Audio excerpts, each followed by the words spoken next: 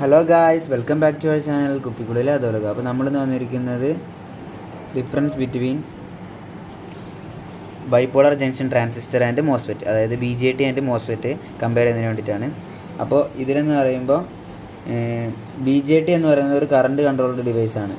അതുപോലെ മോസ്ഫെറ്റ് എന്ന് പറഞ്ഞു കഴിഞ്ഞാൽ ഒരു വോൾട്ടേജ് കൺട്രോൾഡ് ഡിവൈസാണ്.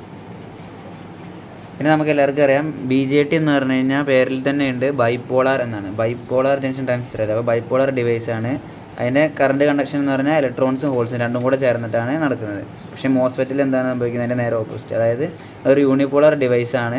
അതിൽ കറണ്ട് കണ്ടക്ഷൻ ഓൺലി മെജോറിറ്റി ഏരിയസ് മാത്രം കൊണ്ടാണ് ഉണ്ടാകുന്നത്. പിന്നെ ഇൻപുട്ട് ഇംപിഡൻസ് ലോ ആയിരിക്കും BJTയിൽ, കിലോ ഓംസിലായിരിക്കും ഉണ്ടാവുക. അതുപോലെ തന്നെ മോസ്ഫെറ്റിൻ്റെ കേസിലാണെങ്കിൽ അത് ഇൻപുട്ട് ഇംപിഡൻസ് ഹൈ ആയിരിക്കും, അത് മെഗാ ഓംസിൽ, അതായത് 10⁶ പവറിൽ ആയിരിക്കും ഉണ്ടാവുക. പിന്നെ BJT എന്ന് പറഞ്ഞു കഴിഞ്ഞാൽ ലോ കറണ്ട് ആപ്ലിക്കേഷനാണ് കൂടുതലായിട്ട് ഉപയോഗിക്കുന്നത്. മോസ്ഫെറ്റ് എന്ന് പറഞ്ഞു കഴിഞ്ഞാൽ ഹൈ പവർ ആപ്ലിക്കേഷനാണ് ഉപയോഗിക്കുന്നത്. ഏതെങ്കിലും ഒന്ന്, അല്ലെങ്കിൽ BJT അല്ലെങ്കിൽ മോസ്ഫെറ്റ് നേരെ പ്രോപ്പറായിട്ട് പഠിച്ച് വയ്ക്കുക. അതിൻ്റെ നേരെ ഓപ്പോസിറ്റ് എന്നുള്ള രീതിയിൽ നോക്കി വെച്ചാൽ മതി. പിന്നെ BJT എന്ന് പറഞ്ഞാൽ high switching losses and low conduction losses ആണ്. മോസ്ഫെറ്റിന് high conduction losses and low switching losses. അപ്പോൾ ഇതിലൊരു 5-6 പോയിൻറ്റ്സ് പഠിച്ചേക്കാൻ നിങ്ങൾക്ക് മനസ്സിലാക്കാൻ പറ്റുന്ന ഏതെങ്കിലും ഒന്ന്. പിന്നെ BJTക്ക് ആണെങ്കിൽ negative temperature coefficient of resistance ആണ്. മോസ്ഫെറ്റിനാണെങ്കിൽ positive temperature coefficient of resistance. പിന്നെ BJTയുടെ കേസിൽ ഹൈ ഗെയിൻ വരുന്നുണ്ട്, അതായത് കറണ്ട് ഗെയിൻ ഹൈ ആണ്, ലോ ബാൻഡ് വിഡ്ത്താണ്. മോസ്ഫെറ്റിലാകുമ്പോൾ ലോ ഗെയിനും ലാർജ് ബാൻഡ് വിഡ്ത്തുമാണ്. ഇനി നമ്മൾ അടുത്ത് ഡിസ്കസ് ചെയ്യാൻ പോകുന്നത്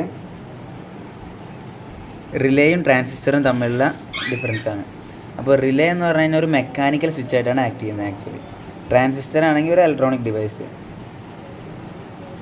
റിലേ എന്ന് പറയുന്നത് ട്രാൻസിസ്റ്ററിനെക്കാട്ടിലും സ്ലോവറാണ് ഫങ്ഷനിൽ. പക്ഷേ ട്രാൻസിസ്റ്റർ ആണെങ്കിൽ നേരെ അതിൻ്റെ ഓപ്പോസിറ്റ്, റിലേയെക്കാട്ടിലും ഫാസ്റ്ററാണെന്ന് കരുതുക. പിന്നെ റിലേ നമുക്ക് ഒരു 200 ഹെഡ്സ് റേഞ്ചിൽ, ഫ്രീക്വൻസി റേഞ്ചിൽ നമുക്ക് ഓപ്പറേറ്റ് ചെയ്യാൻ കഴിയും. ട്രാൻസിസ്റ്റർ ആണെങ്കിൽ ഒരു മെഗാ ഹെഡ്സ് റേഞ്ചിൽ നമുക്ക് ഓപ്പറേറ്റ് ചെയ്യാൻ പറ്റും. അപ്പോൾ ഹൈ സ്പീഡ് ഓപ്പറേഷൻസിന് നമുക്ക് ഇത് ട്രാൻസിസ്റ്റർ യൂസ് ചെയ്യാൻ പറ്റും. ലോ സ്പീഡ് ഓപ്പറേഷൻ ആണെങ്കിൽ റിലേ ആണ് നല്ലത്. പിന്നെ റിലേ നമ്മൾ യൂസ് ചെയ്യുന്നതെന്ന് വെച്ച് കഴിഞ്ഞാൽ മൾട്ടിപ്പിൾ സർക്യൂട്ട്സിനെ കൺട്രോൾ ചെയ്യാൻ വേണ്ടിയിട്ടാണ്.